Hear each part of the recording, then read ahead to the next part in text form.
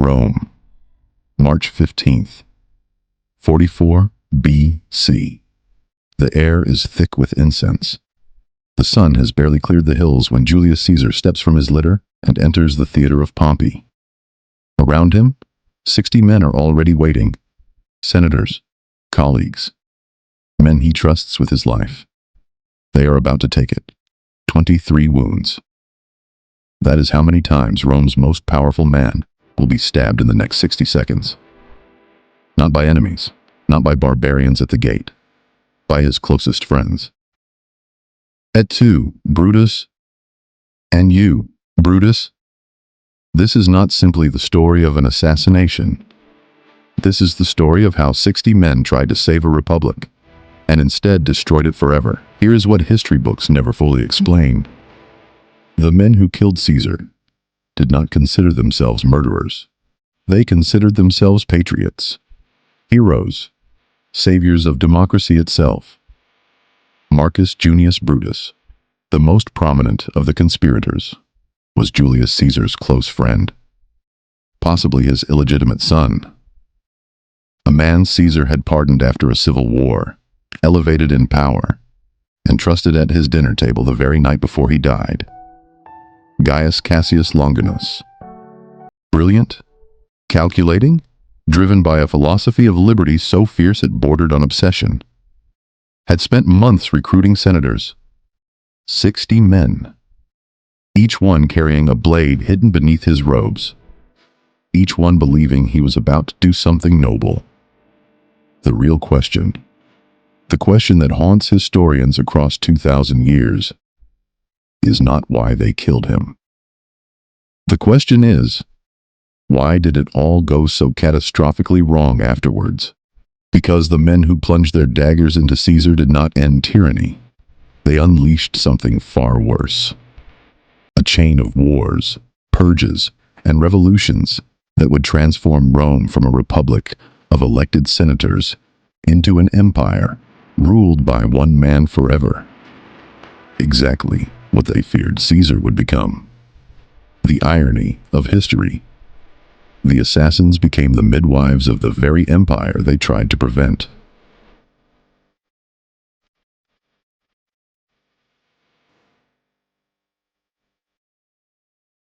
To understand what happened on the Ides of March, you must first understand what Julius Caesar actually was, and what he had done that made 60 men so afraid of him, they were willing to commit murder in broad daylight in the hall of the Senate. Julius Caesar was born in 100 BC into the patrician Julii family, a noble clan that claimed descent from Venus herself and from Aeneas, the legendary hero of Troy. He grew up in a Rome that was already cracking. Wealth inequality was catastrophic. The gap between the senatorial elite and Rome's desperate poor had been widening for generations. Civil wars had already scarred the Republic. And into this broken world, Caesar was born with extraordinary ambition. He was not born powerful. In his 20s, Caesar was captured by pirates off the coast of Asia Minor. He laughed with them, joked with them, and casually told them they were asking too little ransom for a man of his caliber. He suggested they double it. Then, the moment he was freed, he raised a naval fleet, hunted the pirates down, and crucified every single one of them. He was 25 years old. Caesar was what Rome had never quite seen before. A politician who was also a soldier of genius. A man of letters who wrote histories of his own campaigns with a clarity and propaganda skill that still astonishes scholars today. A populist who understood the common people, who gave them grain, games, and glory. And a military commander who, in 8 years of war in Gaul, modern-day France, conquered territory that tripled Rome's wealth and bound 1 million soldiers to his personal loyalty. 1 million soldiers who were paid by Caesar, whose families had been provided for by Caesar, whose futures depended on Caesar. The Senate saw what was coming. but they waited too long to act.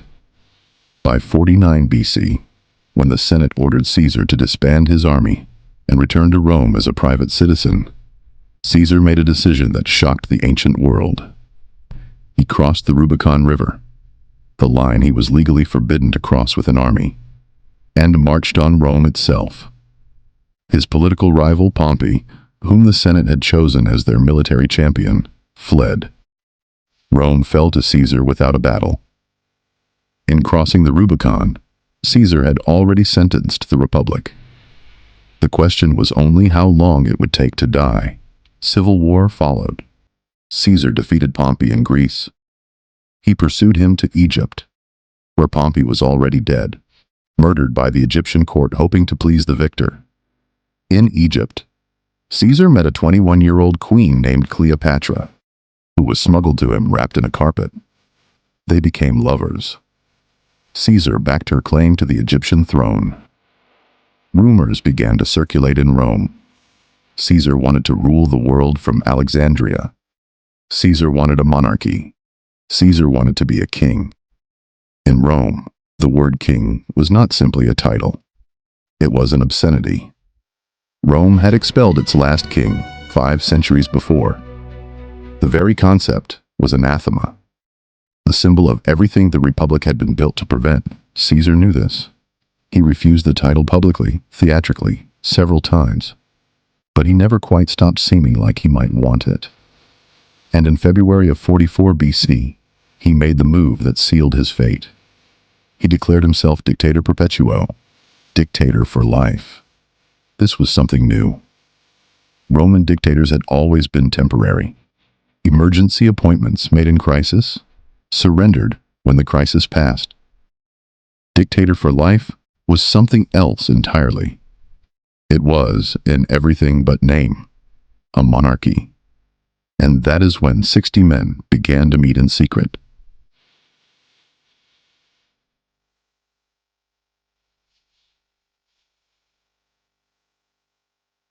The conspiracy was not born in a single night. It grew, slowly, carefully, fearfully, through the winter and early spring of 44 BC.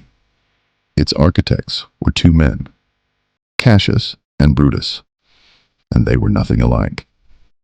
Gaius Cassius Longinus was a soldier and a Stoic philosopher, a man who had fought against Caesar in the Civil War, been pardoned, and never truly reconciled himself to what Rome had become.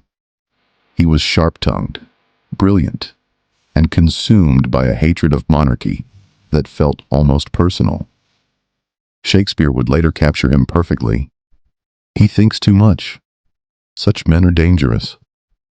Marcus Junius Brutus was different, more complicated. He was philosophical, honourable to a fault, and widely beloved.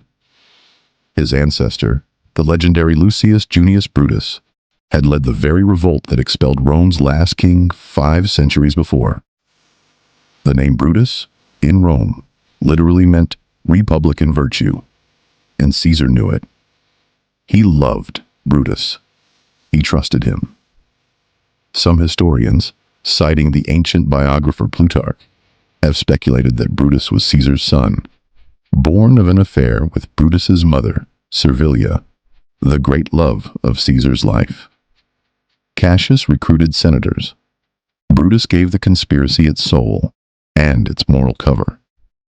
By March, over 60 senators had joined. They called themselves Liberatores, the Liberators.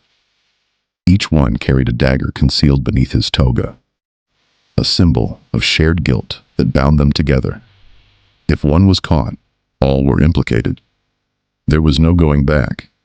They chose the Ides of March because Caesar was scheduled to attend the Senate that day, and also because, within days, he was planning to leave Rome for a massive military campaign against Parthia in the east.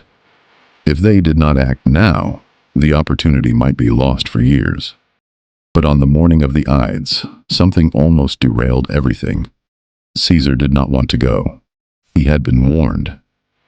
A soothsayer named Spurina had told him, weeks earlier, to beware the period ending on the Ides of March.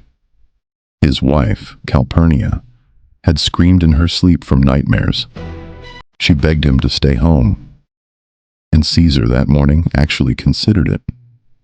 He sent word that he was unwell and would not attend the Senate. This is the moment where history trembled. If Caesar had stayed home, everything changes. The conspiracy might have collapsed. The Republic might have endured, or failed differently.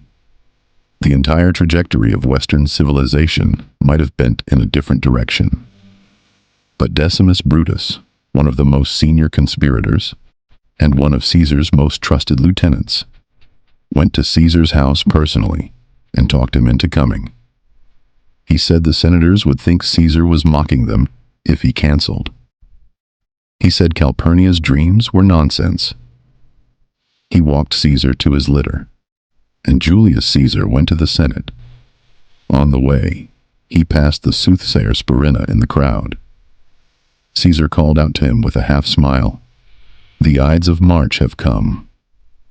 The soothsayer looked at him calmly and replied, "Aye, Caesar, but they have not yet gone." Caesar laughed. He arrived at the theater of Pompey, where the Senate was meeting while the main Senate house was under renovation.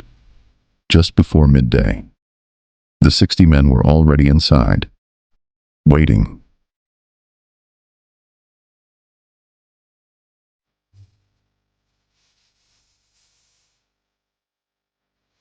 The moment Caesar sat, the conspirators moved.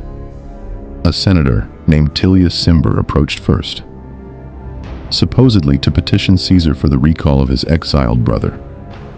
As Caesar waved him off, Cimber grabbed Caesar's toga with both hands and pulled it from his neck. That was the signal. Casca struck first. His blade caught Caesar in the neck. A glancing wound, not fatal. Caesar grabbed Casca's arm and reportedly said, in Greek, "You villain! What are you doing?" Then the rest descended. 23 stab wounds from 60 men, which means most of them missed or could not bring themselves to strike. The frenzy was such that the conspirators wounded each other in the confusion. Brutus was cut on his own hand by a co-conspirator's dagger. A later Roman physician named Antistius, one of the first recorded forensic medical examiners in history, examined Caesar's body afterward. He concluded that only one of the 23 wounds was actually fatal. The second blow, which penetrated the chest between the shoulder blades and reached the aorta. Everything else was panic, fear, men stabbing in the dark, desperate to be implicated, desperate to share the guilt, so no one man bore it alone. According to the ancient biographers, Plutarch and Appian, Caesar resisted the first blows. He pulled his toga over his face. But then he saw Brutus raise his dagger, and something went out of him. He stopped struggling.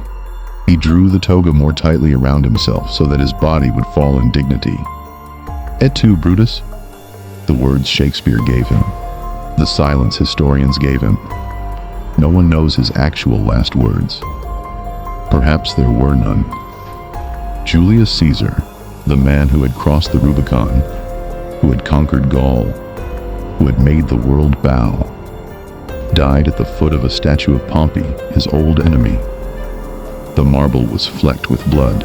The Senate chamber emptied in seconds, not with triumph, with terror. The senators had expected the city to cheer. Mark Antony, Caesar's co-consul and most loyal lieutenant, stripped off his consul's robes and fled the city disguised as a slave. The city of Rome went silent. 3 days later, Caesar's body was carried to the Forum. Mark Antony delivered the funeral oration. He held up Caesar's blood-soaked toga before the crowd. He read Caesar's will, in which Caesar had left money to every single citizen of Rome. The crowd did not weep. They burned. Within hours, Rome was in flames.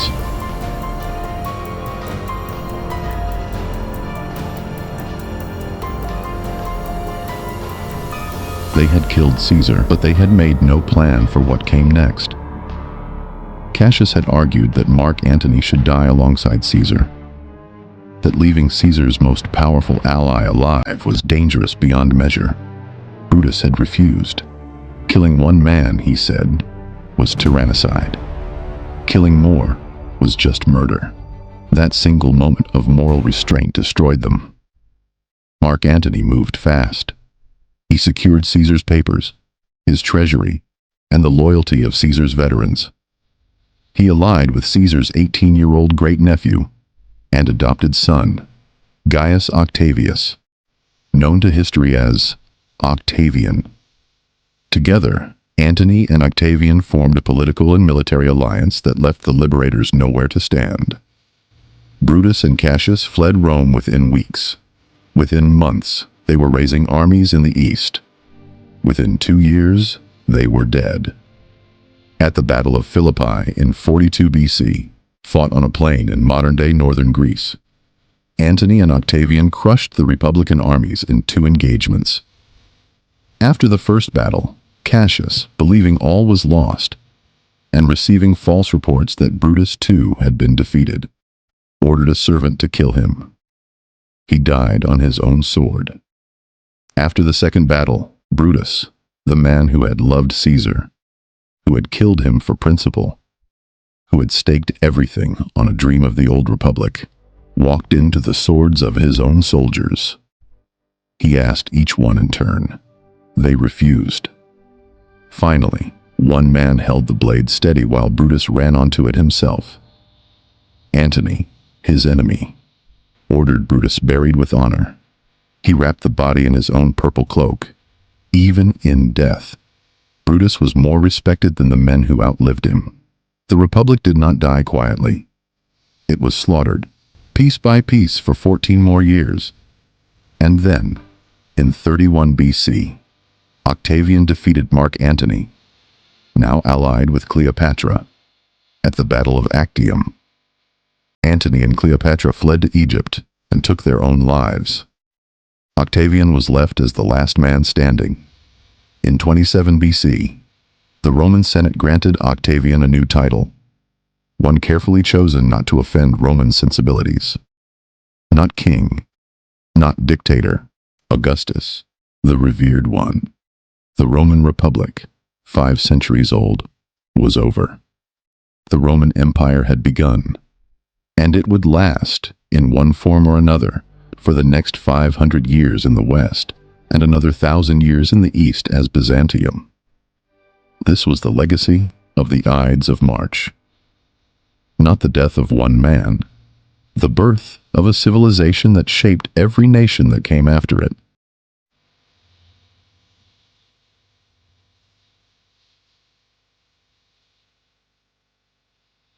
"2,068 years have passed since Julius Caesar fell at the foot of Pompey's statue. The theater of Pompey is long gone, its stones repurposed into the buildings of medieval Rome. But the exact spot where Caesar died is still there, buried beneath the modern city, marked now by a small excavation in the Largo de Torre, Argentina. Romans pass it every day. History never stops feeling the weight of that afternoon. The men who killed Caesar believed they were doing the right thing. Brutus, by all historical accounts, was genuinely honourable. He was not driven by jealousy, or ambition, or hatred. He was driven by principle. He believed the Republic was worth dying for. He believed that removing one man could restore a system that had already rotted from within for decades. He was wrong. But his wrongness is the wrongness of someone who understood ideas better than power, better than human nature, better than the forces that were already in motion and could not be stopped by any number of daggers. Julius Caesar is one of history's great paradoxes. He loved Rome too much to let it remain weak. The Senate loved the Republic too much to let it adapt. And in their collision, something new was born. Something neither of them intended, and both of them, in different ways, made inevitable. Every empire that has ever fallen since has followed the same pattern. The wealth concentrates. The institutions hollow out. A strong man rises on a wave of popular support. Those who try to stop him do so too late, with too few, by methods too brutal. And in doing so, they hand him exactly the crisis he needed to justify the power he already had. We have watched this happen again and again. We are watching it now, in various forms, across the world. The Ides of March did not kill Julius Caesar. They killed the idea that any republic is immortal, that institutions once built will sustain themselves, that good men doing violent things for noble reasons can redirect the current of history. History does not warn us. It only repeats until we learn to listen to what it says between the lines. Julius Caesar's body was cremated in the Forum. The crowd tore apart everything around them to fuel the pyre. Shop owners' tables, magistrates' chairs, the instruments of the Republic itself, burning in the fire that consumed its greatest son. On the spot where he burned, Romans placed flowers for generations. They left offerings, small altars, prayers, not to a republic, not to a principle, to a man. The republic was already dead. It just didn't know it yet.